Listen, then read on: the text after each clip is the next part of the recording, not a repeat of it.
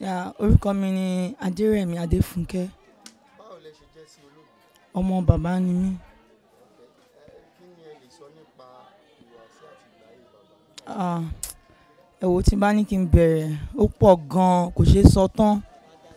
Èèyàn tó tọ́ ọmọ ni tó dẹ̀ kọ́yàn lẹ́kọ̀ọ́ bí ọmọ ṣe lè hùwà síyàn níta, bí ó ṣe ní rágbàfín, bí ó ṣe ní fojú kéré yàn. Wọ́n wà friendly, bí èèyàn dẹ̀ ṣe máa ń kóyàn mọ́ra téèyàn ò ṣe gbọ́dọ̀ máa kanra. Ẹ wò ó pọ̀ gan-an, ó pọ̀ a lè sọ tán. Bàbá jẹ́ ọ̀kan nínú àwọn eléré ìtàgé. Pẹ̀lú ipa tí wọ́n ti kó nínú àṣà àti èdè Yorùbá. Ṣé a tún lè rí ẹlòmíràn tó tún lè ṣe ju bí bàbá ṣe ṣe àbí tó lè ṣe tó bàbá? A lè sọ o. Irú Ọlọ́run ni kò sí, irú èèyàn pọ̀ gan-an.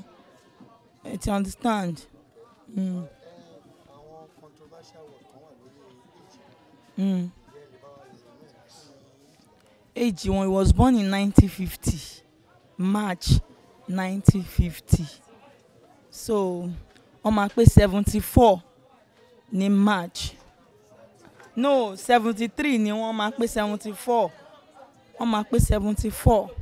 So May ni wọ́n, May 15, 1950.